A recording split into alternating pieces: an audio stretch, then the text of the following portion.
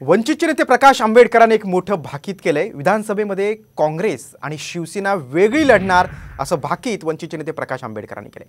काँग्रेस आणि ठाकरे गटानं एकमेकांवर केलेल्या आरोपांमुळे त्यांचं विधानसभा निवडणुकीत फिसकटणार असं भाकीत आंबेडकरांनी केलंय।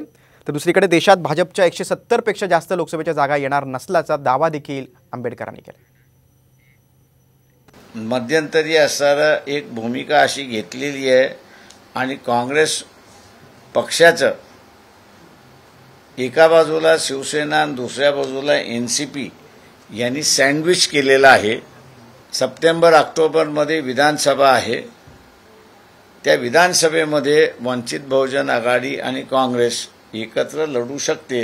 विधानसभेमध्ये वेगळे होतील असं माझं म्हणणं आहे।